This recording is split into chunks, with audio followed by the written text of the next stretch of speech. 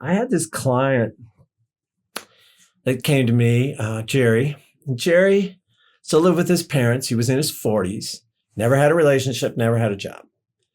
Kind of lived this marginal life. And he called up, his mother called up to get him therapy. And the reason they chose my place is that my secretary receptionist who answered the phone was the only one who was nice. Of all the secretary receptionists, they called like 10 places. And so he said, well, your secretary receptionist is nice. I was like, that's a weird way to pick a therapist. But he came in and we really, we really got on well together, but he had just almost no life and he was really unhappy with his life, but he didn't do anything to change.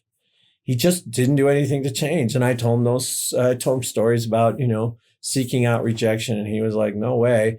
And so basically he loved coming into therapy, but he wasn't making any changes. And I said, I'm not going to see you again until you apply for 3 jobs and get rejected at least 3 times, because he had no experience, no skills in anything. So, I was like, I don't expect you to get a job, because basically his parents were paying for the house and, they bought enough food and they weren't wealthy, but they had enough. And so I said, but you just need to get some experience going out and getting rejected.